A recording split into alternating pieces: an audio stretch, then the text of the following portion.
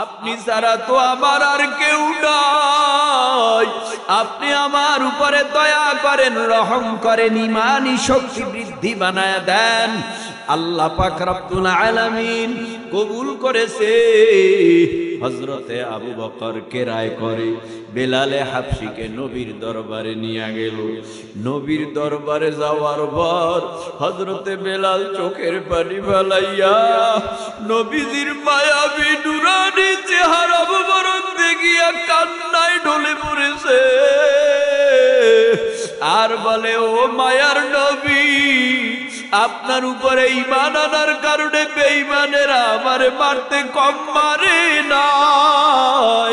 ও আল্লাহ, নবীর সাথে আমার দেখা করায় দিছো, আমার ভালোই হইছে। ও নবী, পিছনের দুঃখ কষ্ট সব আপনার মায়াবী নুরানি চেহারা দেখার পর সব ভুলে গেলাম। হযরতে বেলালের চেহারা ভালো না, কণ্ঠ ভালো না, কিন্তু হযরতে বেলালের অন্তরের ভিতরে তাকওয়া অনেক বেশি। কেউ বুঝতে না পারলেও আমার নবী বুঝেছে। নবী আমার ডেকে বলে, বেলাল আযান দাও। বেলাল আযান দিতেছে। কয়েকদিন এভাবে আযান চলছে।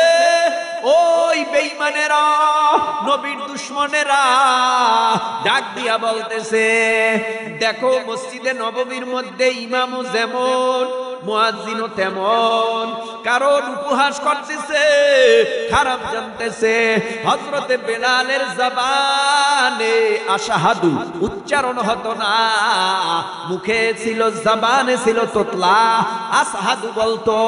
কারণ কষ্ট তো বেঈমানেরা কম দেয় নাই, উচ্চারণেও ঝামেলা, বেলালের চেহারায়ও ঝামেলা, বেলালের কণ্ঠেও ঝামেলা। হযরতে বেলাল হাবশী রাদিয়াল্লাহু তাআলা আনহুর ব্যাপারে আল্লাহর নবীর কাছে অভিযোগ দায়ের করলেন সাহাবায়ে কেরাম, ও পয়গম্বর, বেলাল যদি আযান দেয় আপনারা বেঈমানেরা খারাপ কথা কয়, এটা আমরা সহ্য করতে পারি না। নবী আপনারে খারাপ বলবে আর আমরা সেটা তাকাইয়া শুনবো আর দেখবো, এটা হতে পারে না। ও নবী, আপনি বেলালকে মসজিদে নববীর মুয়াজ্জিন থেকে বাতিল করে দেন। নবী আমার দেরি করে নাই, পরামর্শ সবার ডাইকা সবাইকে একসাথে নিয়ে পরামর্শে সিদ্ধান্ত হলো হযরতে বেলালকে নবী ডেকে বলে, বিলাল, মসজিদে নববীর মধ্যে আগামী কাল থেকে ফজরের নামাজের আযান তুমি দিবা না। কেন? নতুন মুয়াজ্জিনের দায়িত্ব পালন করার জন্য। সুরালিত কণ্ঠের অধিকারী, সুন্দর চেহারাওয়ালা, সুঠম দেহের অধিকারী আগামী কাল থেকে ফজরের নামাজের আযান দিবে। হযরতে বেলাল এই কথাটা শোনার পর আর সহ্য করে থাকতে পারে না। হযরতে বেলাল হাবশী রাদিয়াল্লাহু তাআলা আনহু চোখের পানি ফেলাইয়া মসজিদে নববীর এক কোনায় যাইয়া কান্না করে আর বলে, ও দয়ার মালিক, কালো তো আমি ইচ্ছা করে হই নাই। ও দয়ার মালিক, কণ্ঠ তো আমার ভালো না, এটা তো আমার ইচ্ছা করে হয় নাই। আমার চেহারার কাঠিন ভালো না, এটা তো আমি করি নাই, আমি দেই নাই। কণ্ঠ যেমন, এগুলি তুমি দিয়েছো, আর চেহারার কাঠিনও তুমি দিয়েছো। ও আল্লাহ, গোলামের ঘরের গোলাম তুমি আমারে বানাইছো, কিন্তু বেঈমানেরা, ও আল্লাহর আল্লাহ, আমি আযান দেই বলে উপহাস করে। যাক আল্লাহ, তোমার সিদ্ধান্ত আমি মেনে নিলাম, তবে আল্লাহর নবীর পিছনে আমি আর দাঁড়াইতে পারবো না, আমার বুক ফাটিয়া যায়। আল্লাহ, তুমি আমারে ধৈর্য দাও। বেলাল হাবশী সারা রাত চোখের পানি ফালায়া কান্দে। কাঁদতে কাঁদতে এক পর্যায়ে ফজরের নামাজের আযানের সময় হয়ে গেল। নবীর নতুন মুয়াজ্জিন মসজিদে নববীর মধ্যে আযান দিতেছে। সুরালিত কণ্ঠে আযান হয়, পূর্ব গগন আর ফর্সা হয় না। হযরতে বেলাল হাবশী রাদিয়াল্লাহু তাআলা আনহু আযান দিতে আযান দেয় না, সে তো কান্নায় বিভোর, সেজদায় পড়িয়া কাঁদে, ও আল্লাহ, আপনি কি আমার কোনো আমলে ব্যবহারে বেজার হয়ে গেছে? ভাই আপনি আমার থেকে দায়িত্ব ছিনাইয়া নিছে। ও আল্লাহ আপনি বেজার হইয়েন না, আপনি আমারে মাফ করে দেন, নবীর আশিক বানায় দেন, দিনের খাঁটি দাঈ বানায়া দেন। এইভাবে চোখের পানি ফালায় নতুন মুয়াজ্জিন আযান দিতেছে, কিন্তু পূর্ব গগন ফর্সা হয় না, সূর্য উদিত হয় না। আল্লাহ পাক জিবরাইল রে পাঠায় নবীর কাছে। আয়েশা জিবরাইল আলাইহিস সালাম বলে, ও পয়গম্বর মসজিদে নববীতে কি আযান দেবেন না, ফজর কি পড়বেন না? ভাই কি বলো, সুন্দর সুরালিত কণ্ঠে আযান হয়েছে, ঘন্টার পরে ঘন্টা যায়, পূর্ব গগনে আর সূর্য উদিত হয় না, ফর্সাও হয় না, কেমনে ফজরের নামাজ পড়বেন? ভাই আযান হইতে পারে, তবে যতক্ষণ বেলাল মসজিদে নববীর মধ্যে আযান না দিবে ততক্ষণ পর্যন্ত আমার আল্লাহ পূর্ব গগনে সূর্য উঠাবে না। এরে আল্লাহর গোলাম, মুসলমান ধর্ম থেকে কত মানুষ টাকার লোভে পড়িয়া খ্রিস্টান হয়ে যায়, টাকার লোভে পড়িয়া কত মানুষ আবার নাস্তিক হয়ে যায়, টাকার লোভে পড়িয়া ঈমানটা হারায়। এই জমিনের মধ্যে আবার কত খ্রিস্টানেরা কোরআন রিসার্চ কইরা কালেমা পড়ে মুসলমান হয়, হিন্দুরা কালেমা পড়ে মুসলমান হয়, বৌদ্ধরা কালেমা পড়ে মুসলমান হয়, ইহুদিরা কালেমা পড়ে মুসলমান হয়। হিন্দুদের ভেতরে বহু হিন্দু ব্রাহ্মণ উচ্চ শিক্ষিত পণ্ডিত কালেমা পড়ে মুসলমান হইয়া এদের ধর্মের গোমর ফাঁস করে দেয়। কি বলে? লাইলাহ ইল্লাল্লাহ, আব্দুল্লাহর বেটা মুহাম্মাদং, হরে কৃষ্ণ রাধং, মানিলে মান না মানিলে তুই নরকে যাতং। কত সুন্দর কথা! কি বলে? লাইলাহ ইল্লাল্লাহ, আল্লাহ ছাড়া কোনো মাবুদ নাই। আব্দুল্লাহর ছেলে মুহাম্মাদ, আব্দুল্লাহর ছেলেই তো মুহাম্মাদুর রাসূলুল্লাহ সাল্লাল্লাহু আলাইহি ওয়াসাল্লাম। এ হরে কৃষ্ণ রাধা, এই কথা মানলে মান, না মানলে তুই নরকে যাবি। নরক মানি ওদের ধর্মীয় ভাষা, আমাদের ধর্মীয় ভাষায় বলে জাহান্নাম, ওদের ধর্মীয় ভাষায় বলে স্বর্গ, আমাদের ধর্মীয় ভাষায় বলে জান্নাত। ও নবীর উম্মত, লম্বা কথা নয় আর ডানে বামে নয়। এবার আপনাদের কাছে প্রশ্ন করব, আপনারা একটু জবাব দিয়া বলবেন, এই জমিনের মধ্যে আমার আল্লাহ আসমানি কিতাব পাঠাইছে কতখানা? 100 বাদ দিয়েন না, 100 বলেন। 104 খানা, ছোট ছোট ছোট ছোট 100 সহিফা, বাকি বড় 4 খানা আসমানি কিতাব।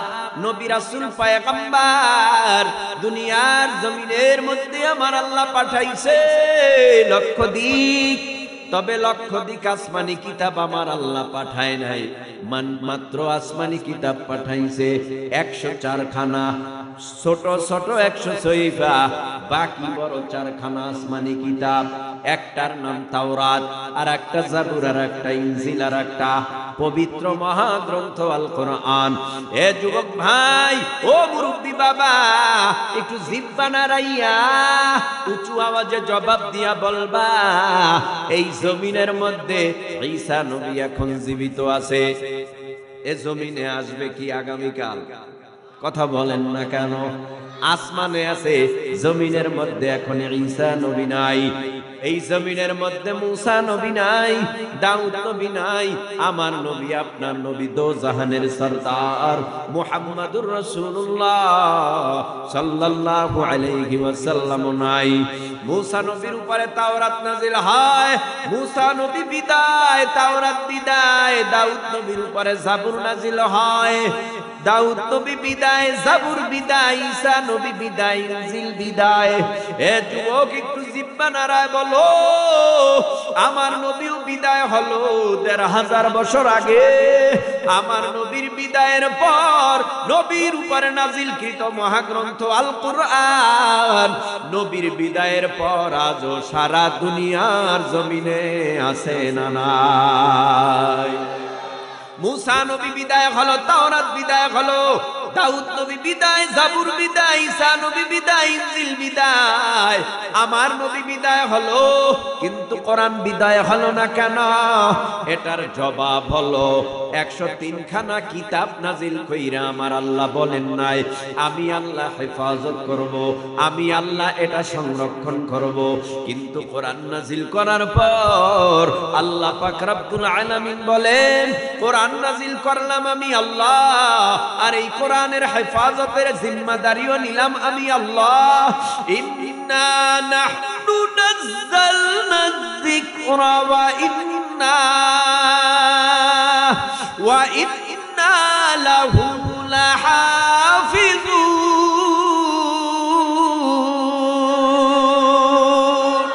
এই কালামে জিন্দা কুরআনে হাকিম হিকমতে উ লা ইয়াজালাসু কদিম জামিউল ইলমি ফিল কুরআনে হাকিম تقاصرت عنه أفحام الرجال وخا قرآن كلام الله بشر قديم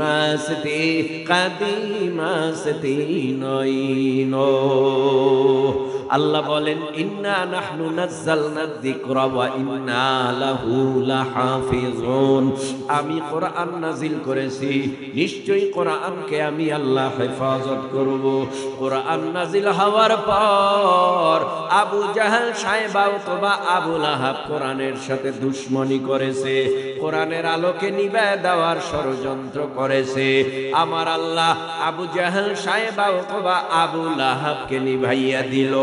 এই 1450 বছরে কত বেঈমান কোরআন বিদ্বেষী এলো আর গেল। আমার আল্লাহ সমস্ত বেঈমানদেরকে জমিনে আল্লাহর গজব দিয়া ধ্বংস করে দিল। এখনো যত বেঈমান আছে কোরআন বিদ্বেষী, এদেরকেও আমার আল্লাহ ধ্বংস করে দিবে। কিয়ামত পর্যন্ত যত বেঈমান আসবে কোরআনকে নিভায় দেওয়ার জন্য, কোরআন নিভাইতে পারবে না, আমার আল্লাহ তাদেরকেই আল্লাহর গজব দিয়া নিভায় দেবে, ঠিক কিনা? এ যুব সমাজ, সেই কোরআন থেকে আমি ছোট্ট একটি সূরা তেলাওয়াত করেছি। আল্লাহর কোরআনে 114টা সূরা, সবচেয়ে বড় সূরার নাম সূরাতুল বাকারা, সবচেয়ে ছোট সূরার নাম সূরাতুল কাউসার। আমি যে সূরাটা পড়েছি এটাও ছোট সূরা, তবে সূরার ভিতরে আল্লাহ পাক রব্বুল আলামিন গুরুত্বপূর্ণ নসিহত করেছে। এই কথাগুলি শুনে আমল করে মোনাজাত দিয়ে এখান থেকে বাসায় যাব ইনশাআল্লাহ। কোরআন এমন একটা কিতাব, তাকাইলে সওয়াব না গুনাহ? কথা কয় না? কোরআনের দিকে তাকাইলে সওয়াব, বুকে নিলে সওয়াব, চুমু খাইলে সওয়াব, একটা হরফ পড়লে 10টা নেকি। সুবহানাল্লাহ। এমন কোন বই পুস্তক আছে কি 1 থেকে শুরু করে বিএ এমএ পর্যন্ত? কোন বই আছে লিখেছে কেউ, অথবা কোন মসজিদের ইমাম খতিব বলেছে 1 হরফ পড়বা বাংলার 10 নেকি পাইবা? আওয়াজ দেবে না। কিন্তু কোরআন এমন একটা কিতাব, একটা হরফ পড়লে আমলনামায় 10টা নেকি লেখা দেওয়া হয়। তার মানে আলিফ বললা সাথে সাথে 10, বা পড়লা সাথে সাথে 10, এমনকি আলিফ লাম মিম পড়লা আমলনামায় 30টা নেকি লেখা হয়। কারণটা কি ভাই? এটা ঐশী আল্লাহর কালাম, এটা বড় আল্লাহর মুজিজা। কত জায়গায় আগুন লাগে, দোকানের ভিতরে শালডি কাঠ, লোহা কাঠ, এগুলি পুড়িয়া ছাই হয়ে যায়। ঘরের মধ্যে আগুন লাগে, ঘর পুড়িয়া ছাই, টিন পুড়িয়া ছাই। ঘরের মধ্যে আলমিরার মধ্যে কোরআন রাখা ছিল, আলমিরাও পুড়ে ছাই হয়েছে। কিন্তু আল্লাহর কোরআনের একটা পৃষ্ঠার ভিতরেও আগুন লাগে না। আল্লাহ কয় আমি আল্লাহ কোরআন যে হেফাজত করি, এটার প্রমাণ মাঝে মাঝে আমি আল্লাহ দেখায় দেই। কত বেঈমানেরা কোরআনের উপরে আগুন দিয়া পেট্রোল ঢালিয়া জ্বালাইয়া দেয়, কত বেঈমান অন্ধ হয়ে যায়, কত বেঈমান ল্যাংড়া লুলা হয়ে যায়, পাওয়া পশ হয়ে যায়। কারণটাকে সব জায়গায় বাটপারি আর ফাজলামি চলে, কোরআনের সাথে ফাজলামি চলে না, বেয়াদবি চলে না। কোরআনের সাথে যারা বেয়াদবি করে আমার আল্লাহ তাদেরকে দুনিয়ার জমিনের মধ্যে গজব দিয়া মারে। এবার কি কথা শুরু করা যাবে? হুজুর এতক্ষণ কি করছেন? এতক্ষণও করছি, এখন আবার শুরু করবো আমার তেলাওয়াতকৃত সূরার উপরে আলোচনা। তবে ধৈর্য হারাচ্ছেন আপনারা। হ্যাঁ, ঠান্ডা লাগতেছে অনেক। ঠান্ডা নাই? আল্লাহু আকবার বলেন তো। মুরব্বীরা যাদের বয়স 40-এর উপরে তারা চুপ থাকবেন। আমি আগে দেখি এদের হালাত বুঝে এরপরে ওয়াজ শুরু করবো, নালে করবো না। যদি এরা চায় করুন, না চাইলে এই পর্যন্তই। আপনাদের মতামত জাইনে ওয়াজ করা লাগবে, কারণ আপনাদেরকে বাইরে রাইখা ওয়াজ করার কোনো যুক্তিকতা নাই, শরিয়া সম্মত কোনো দলিলও নাই। আপনাদের মতামত। এবার আপনারা মহাব্বতে দিল থেকে জিহ্বা নাড়ায়া উঁচু আওয়াজে তাকবীরের আওয়াজ দিবেন। যাদের বয়স 40-এর নিচে তারা, 40-এর উপরে এরা আওয়াজ দিবেন না। রেডি? কথা কয় না। এটা কি আওয়ামী লীগের আওয়াজ, বিএনপির আওয়াজ, জাতীয় পার্টি, চরমনায়, হেফাজত, জমিয়ত, খেলাফত, জামাত?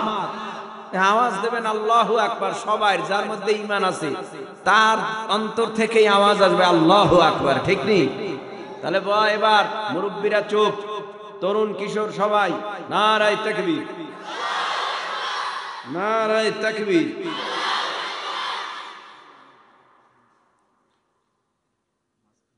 আল্লাহু আকবার বলছেন। মুরব্বীরও পাওয়ার দেই তো কি আছে নাকি শেষ? যুবকরা চুপ, নারায়ে তাকবীর। খাইছে মোটামুটি, এদের পাওয়ার আছে, কারণ তাজা জিনিস খাইছে। এরা খাওনটা খুব ভালো খাইছে, কিন্তু আমরা খাওনটা ভালো পাই না। আমরা যা পাই সব কি জানি কয় ফরমালিন, বিষ। আর এরা খাইছে খুব মজার খাওন। দেহি মজার খাওনের পাওয়ার কি? আবার আল্লাহু আকবার। এবার সবাই মিলে তাকবীরের আওয়াজ, এমন তাকবীর দিবেন যেন ইহুদি খ্রিস্টান নবীর দুশমনদের কানে যাওয়ার সাথে সাথে জায়গায় ছটফট করে স্টপ করে মারা যায়, ঠিক কিনা বলেন? নারায়ে তাকবীর। কোরআন সুন্নাহর আলো, মাদ্রাসা যেখানে, মসজিদ আছে যেখানে, কোরআন সুন্নাহ যেখানে, আলেম ওলামা যেখানে, নারায়ে তাকবীর। ভালোই তো জানেন। আল্লাহ আমাদের বুঝ দান করুন।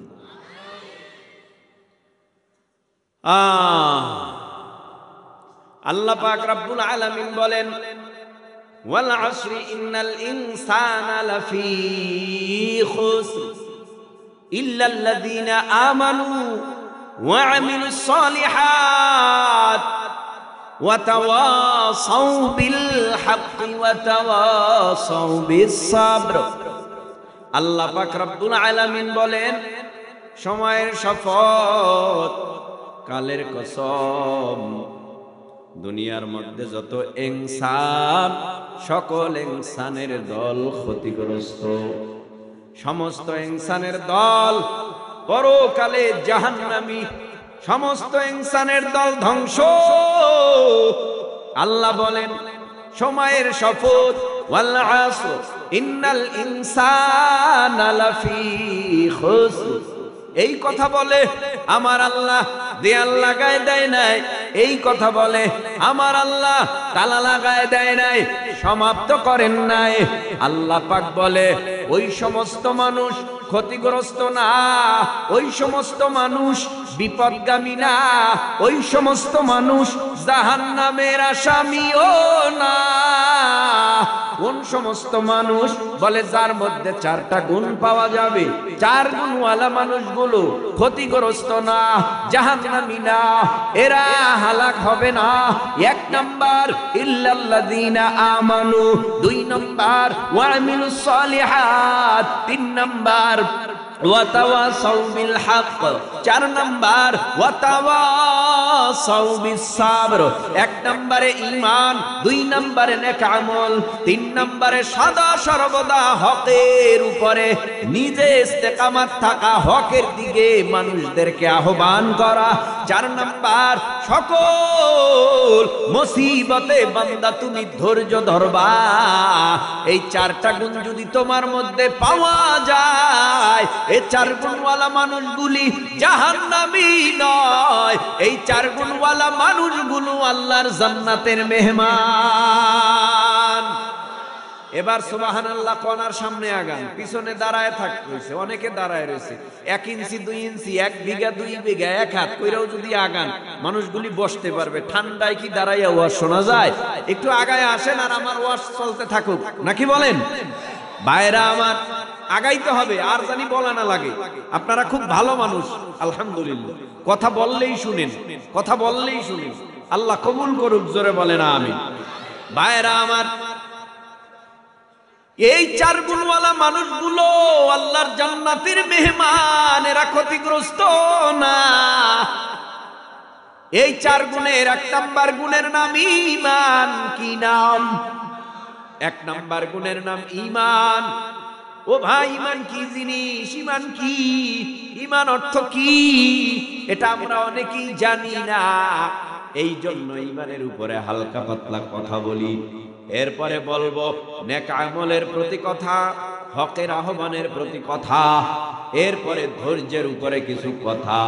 আল্লাহ পাক যদি তৌফিক দান করেন, আমরা সবাই আমলের নিয়াইতে শুনবো ইনশাআল্লাহ।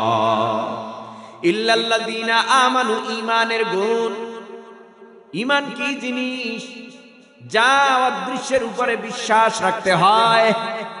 আল্লাহ দেখি না, নবী দেখি না, পরকাল দেখি না, আখিরাত দেখি না, কবরের মধ্যে জান্নাত না জাহান্নাম কবর দেখি না, আল্লাহর জাহান্নাম আছে, জান্নাত আছে, এগুলি আমরা বিশ্বাস করি। এটার নামই হলো ঈমান। কি বলে? কবরের মধ্যে আযাব হয় না, কবর জান্নাতের বাগান হয়ে আছে। আমার মার, আমার বাবার, আমার ভাইর, আমার বোন, আমার দাদা দাদু নানা নানুর কবরের হালাত কি জানি না, তবে বিশ্বাস করি কবরে একটা কিছু হবে। হয়তো কবর জান্নাতের বাগান, নয়তো কবর জাহান্নামের আগুনের কুয়া। এটা আমরা বিশ্বাস করি। এজন্যই তো বলা হয় আমানতু বিল্লাহ। আল্লাহরে না দেইখা বিশ্বাস করার নাম হলো ঈমান। আল্লাহ পাক রব্বুল আলামিন বলেন, পাশাপাশি আর একটা কাজ যদি তুমি করতে পারো, বড় জান্নাতটা তোমার দেয়া হবে। বড় জান্নাত কোনটা? জান্নাতুল ফিরদাউস। আল্লাহ পাক ইন্নাল্লাযীনা আমানু ওয়া আমিলুস সালিহাতি কানাত লাহুম জান্নাতুল ফিরদাউসি নুজুলা খালিদিনা ফিহা লা ইয়াবগুনা আনহা হিওয়ালা। আল্লাহ পাক এই আয়াতের মধ্যে বলে, নিশ্চয়ই যারা ঈমান আনার পর নেক আমল করবা, আমি আল্লাহ তাদের জন্য জান্নাতুল ফিরদাউস সাজায় রাখলাম। মরতে দেরি করবা বান্দা, জান্নাতুল ফিরদাউসে ঢুকতে দেরি করবা না। আল্লাহ পাক রব্বুল আলামিনের উপরে আমরা ঈমান এনেছি। ও ভাই, একটু জিহ্বা নাড়াইয়া উঁচু আওয়াজে বলেন, আমরা আল্লাহরে দেখি না, তারপরেও মানি কি না? আরো জোরে বলেন।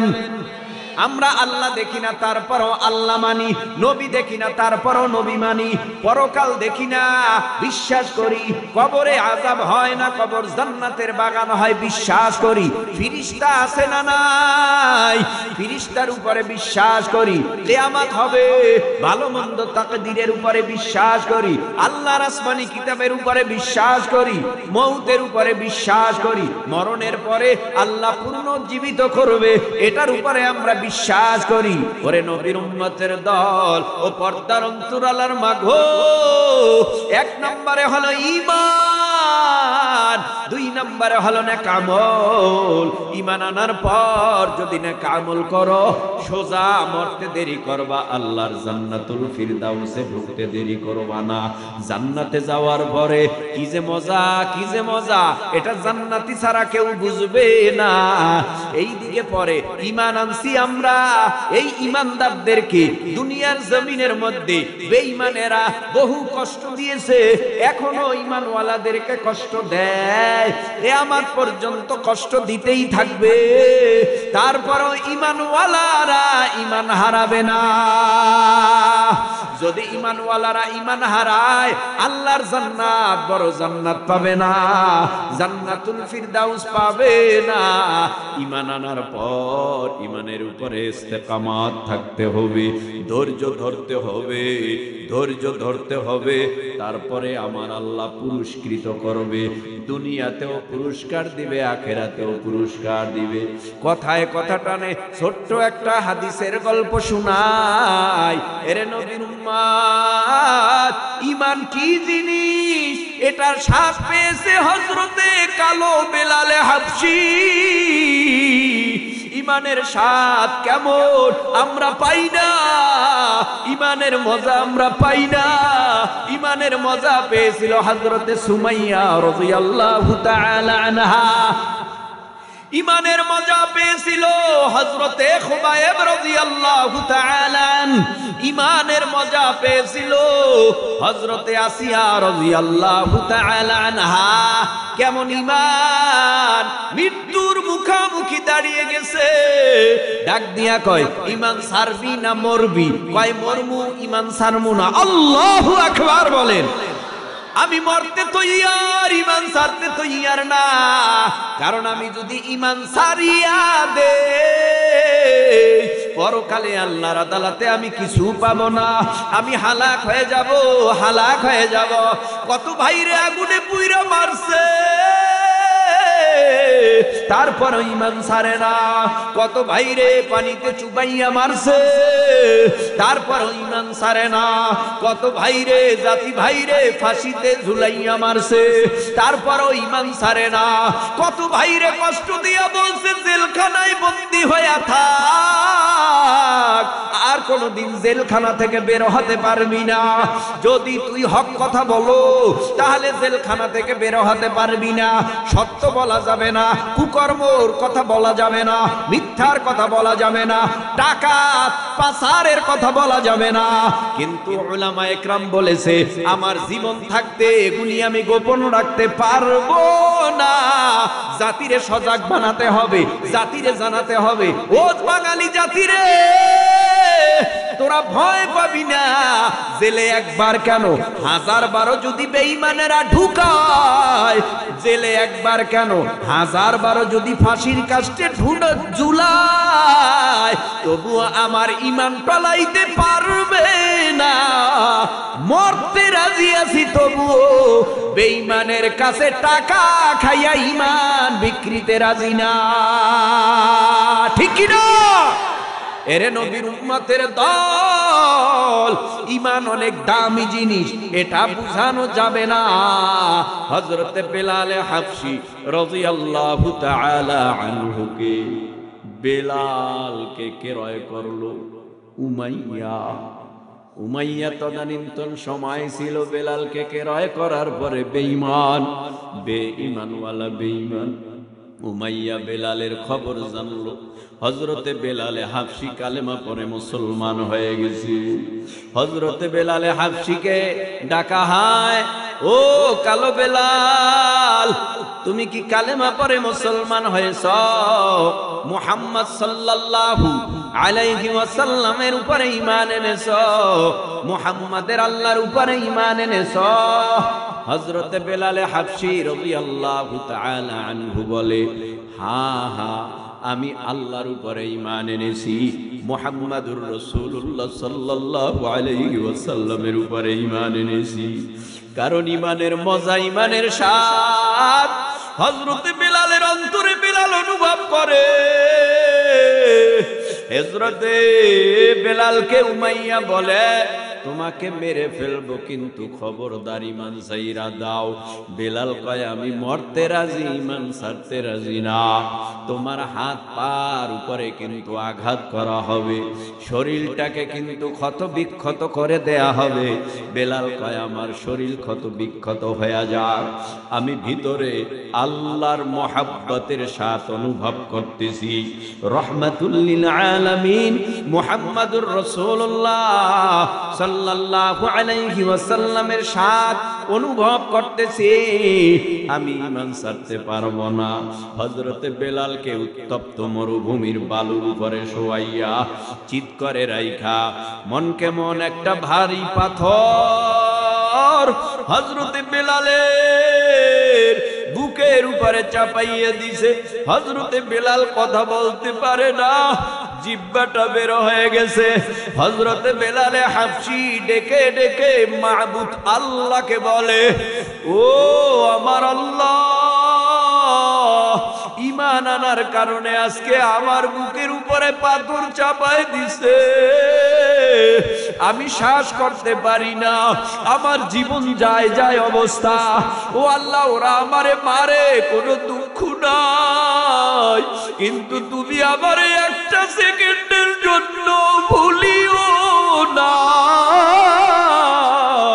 তুমি আমারে একটা সেকেন্ডের জন্য ভুলিও না। তুমি আমার ঈমানের স্পৃহা আরো বাড়ায় দাও, আমার ঈমানের তেজ আরো বাড়ায় দাও, তুমি আরো আমার ঈমানের শক্তি বাড়ায় দাও। হযরতে বেলাল আল্লাহরে ডাকে, আহাদ আহাদ আহাদ আহাদ আহাদ, আমার আল্লাহ এক, আমার আল্লাহ এক, আমার আল্লাহ এক। যতই ডাকাডাকি করে কিন্তু বেঈমানের কানে যায় না। বেঈমানরা নবীর প্রিয় সাহাবী হযরতে বেলাল হাবশীকে এমন অত্যাচার করলো, জিহ্বাটা টান দিয়া বের করিয়া আগুনের মধ্যে লোহা গরম করিয়া এরপরে এই লোহাটা জিহ্বার ভিতরে ঢুকায় দিছে। হযরতে বেলাল রাদিয়াল্লাহু তাআলা আনহু চোখের পানি ফালায় আর আসমানের মালিকের দিকে তাকায় রইছে। আসমানের মালিক, আপনি ছাড়া আমার আর সাহায্যকারী নাই, ওরা সবাই জালিম, ওরা আমার উপরে জুলুম করে, আপনি ছাড়া তো আমার আর কেউ নাই, আপনি আমার উপরে দয়া করেন, রহম করেন, ঈমানি শক্তি বৃদ্ধি বানায় দেন।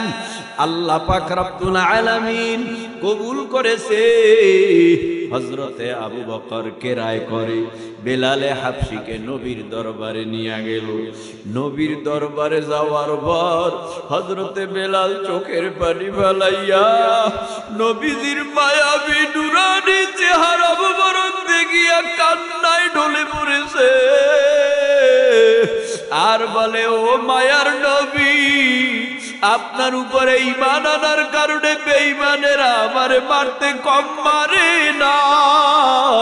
ও আল্লাহ, নবীর সাথে আমার দেখা করায় দিছো, আমার ভালোই হইছে। ও নবী, পিছনের দুঃখ কষ্ট সব আপনার মায়াবী নুরানি চেহারা দেখার পর সব ভুলে গেলাম। আল্লাহর নবী ডেকে বলে, ও সাহাবায়ে কেরাম, আমি চাই এই বেলাল কালো মানুষ, অত আল্লাহর দরবারে অনেক দামি হয়ে গেছে ঈমান আনার কারণে। ও ভাই, ঈমান আনলেই দামি হওয়া যায়, নেক আমল করলেই দামি হওয়া যায়, হকের আহ্বান দিলেই দামি হওয়া যায়, সবর করলেই দামি হওয়া যায়। হযরতে বেলাল সবরও ভাঙে নাই, হযরতে আসিয়া সবরও ভাঙে নাই, হযরতে সুমাইয়া সবরও ভাঙে নাই, হযরতে খুবাইব সবরও ভাঙে নাই, হযরতে খাব্বাব সবরও ভাঙে নাই। এ জমিনের মধ্যে জালেমের জুলুমে আমরা যারা দীর্ঘদিন পর্যন্ত ছিলাম, আমরাও সবর ভাঙি নাই। আমরা মাজলুম হইয়া চোখের পানি দিয়া বুক ভাসাইছিলাম আর বলেছিলাম আল্লাহ তোমার কাছে বিচার। এই জন্য আল্লাহ এমন বিচার করেছে, এই জমিন থেকে পালায়া গেল। ভালোভাবে শুনবা, ভালোভাবে শুনবা, সবর না ভাঙলে পুরস্কার দেবে কে? কষ্ট হইতেছে, কষ্ট হইতেছে। সবর না ভাঙলে পুরস্কার দেবে কে? আল্লাহর হাতে পুরস্কার বুঝি নাই? হযরতে বেলাল সবর ভাঙে নাই, আল্লাহ পুরস্কার দিছে কি শোনো। আল্লাহর নবী ডেকে বলে, হযরতে বেলাল দেরি নয়, আজ থেকেই মসজিদে নববীর মধ্যে আমার পিছনে ইকামত দিবা। আমি হলাম ইমাম, তুমি হলাম মুয়াজ্জিন। ভাই, কথার ফাঁকে অনেক কথা থাকে না? বললে কি কষ্ট পাবেন? শুধু মিষ্টি কথাই শুনলেন, তিতা কথা শুনবেন না? শোনা দরকার, তিতা কথাও শোনা দরকার। নালে মানুষ সেরতা খায় কেন, করল্লা খায় কেন, উস্তা খায় কেন? উপকার আছে বলেই তো খায়। আল হক্কু মুররুন, হক কথা চিরতা উস্তা করল্লার চেয়ে আরো বেশি তিতা।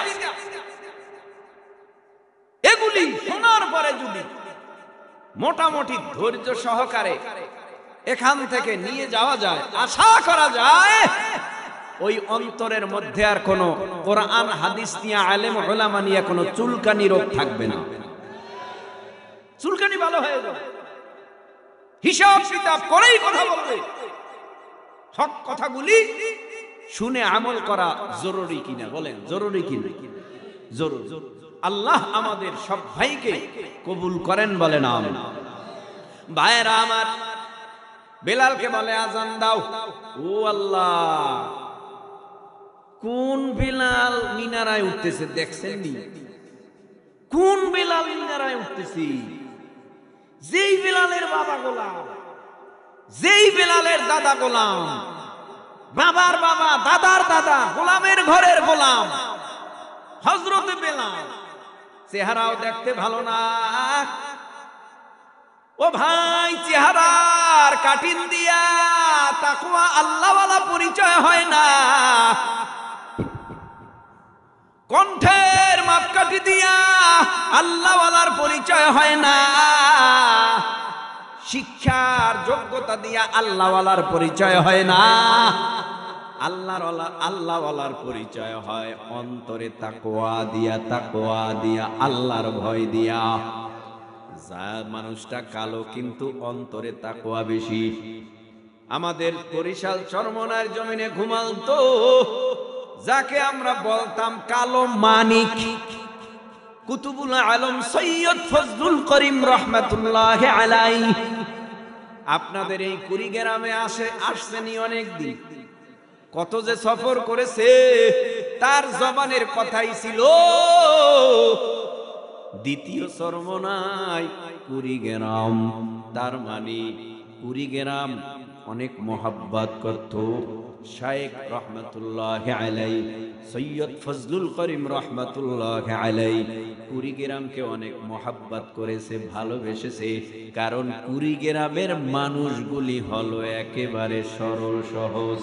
হ্যাঁ, তেমন পেশি গুছি বুঝে না। মোহাব্বতের নজর দিয়ে একজনের দিকে আর একজনের দিকে তাকায়, মোহাব্বত দিয়ে তাকায়।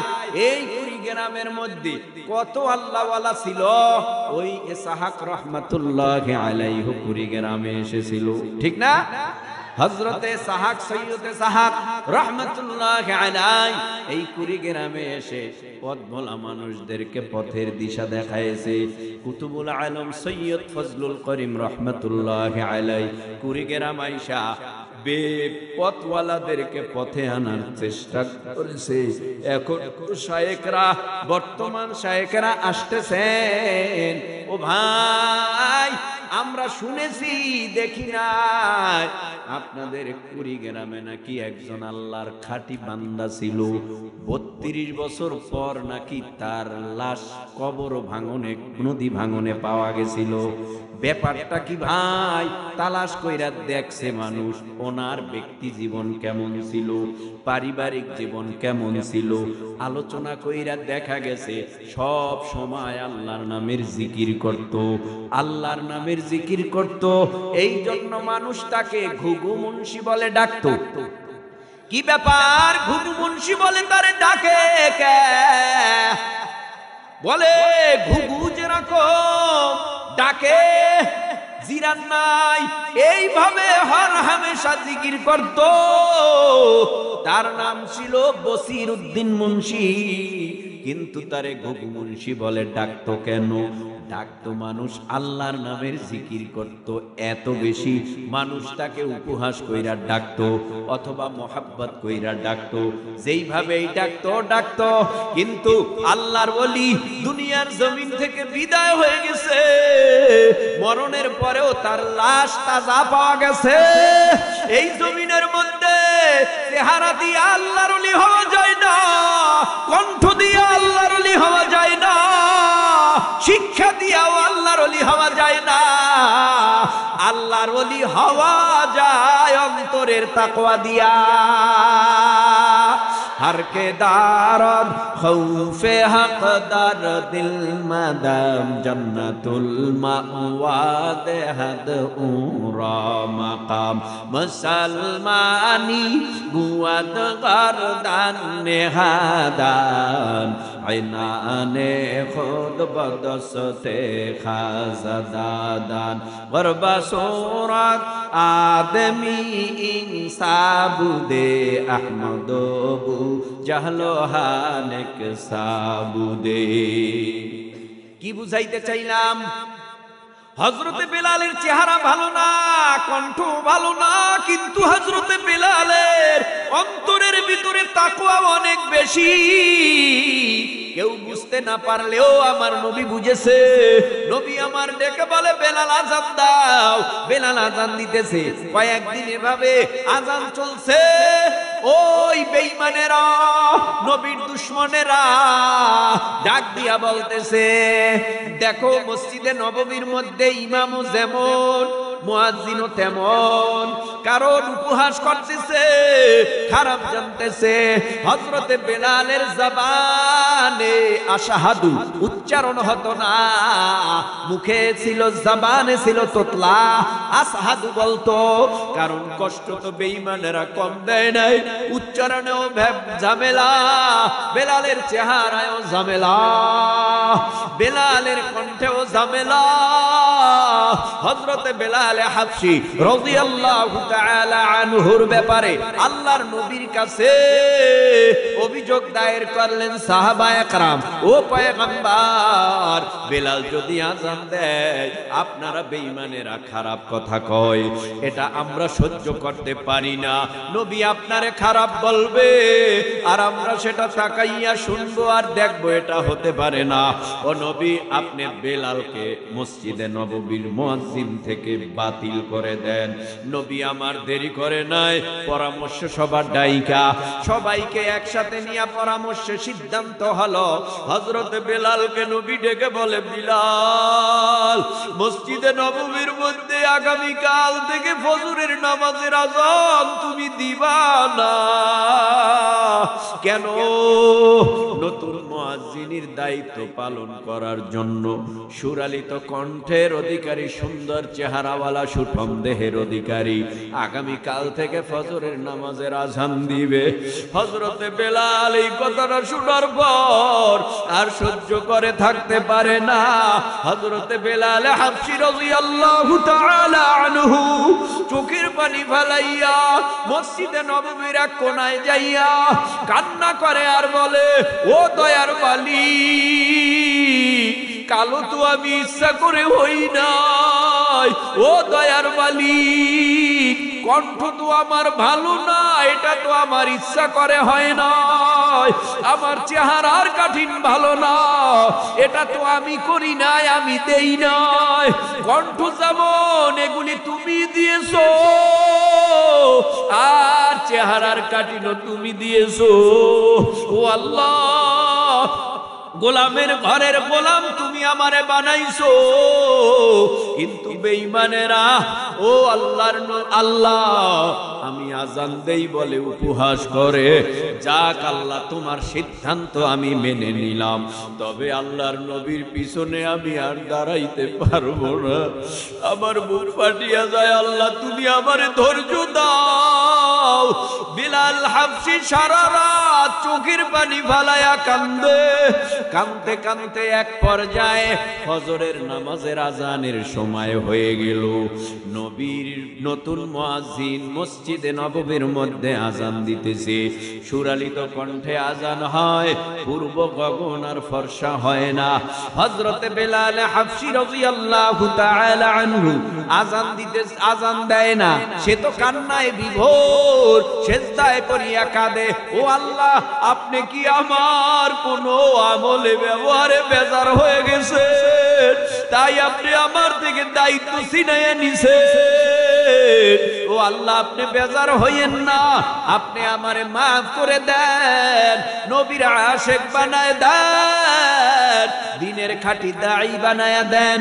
এইভাবে চোখের পানি ফালায় নতুন মুয়াজ্জিন আজান দিতেছে, কিন্তু পূর্ব গগন ফর্সা হয় না, সূর্য উদিত হয় না। আল্লাহ পাক জিবরাইল রে পাঠায় নবীর কাছে। আয়েশা জিবরাইল আলাইহিস সালাম বলে, ও পয়গম্বর, মসজিদে নববীতে কি আজান দেবেন না, ফজর কি পড়বেন না? কয় কি বলো? সুন্দর সুরালিত কণ্ঠে আজান হয়েছে, ঘন্টার পরে ঘন্টা যায়, পূর্ব গগনে আর সূর্য উদিত হয় না, ফর্সাও হয় না, কেমনে ফজরের নামাজ পড়বেন? কয় আজান হইতে পারে, তবে যতক্ষণ বেলাল মসজিদে নববীর মধ্যে আজান না দিবে ততক্ষণ পর্যন্ত আমার আল্লাহ পূর্ব গগনে সূর্য উঠাবে না। ও ভাই, কি মাপকাঠি বুঝলেন? কি বুঝলেন? চেহারা দিয়া হয়, কণ্ঠ দিয়া হয়, শিক্ষা দিয়া হয়, কি দিয়া হয়? আল্লাহর ভয় দিয়া। কি দিয়া হয়? আল্লাহর ভয় দিয়া দামি হওয়া যায়। কত কৃষক, কত রিস্কাওয়ালা, কত ভ্যানওয়ালা, কত দিন মজুরওয়ালা ভালো মানুষের সোহবত লাগাইছে, ভালো হয়ে গেছে, সে দামি হয়ে গেছে।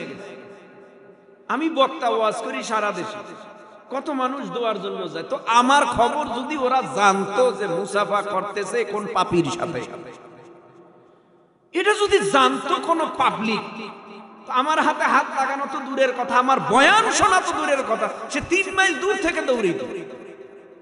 কেন? আমার পাপের খবর আমি জানি, আপনার পাপের খবর আপনি জানেন, কতটুকু পাপ আপনার আমল নামায়। কথা বলেন না কেন? মেম্বারে সালাম দেয়, হ্যাঁ, চেয়ারম্যানরে স্যালুট দেয়, হ্যাঁ, মন্ত্রী এমপি রে সালাম দেয়, হ্যাঁ, কত নাম্বার খারাপ, কত নাম্বার খারাপ। কিসের স্যালুট, কিসের সালাম? এ তো পরের মাল চুরি করা ভদ্রলোক, পরের সম্পদ লুণ্ঠন করা ভদ্রলোক।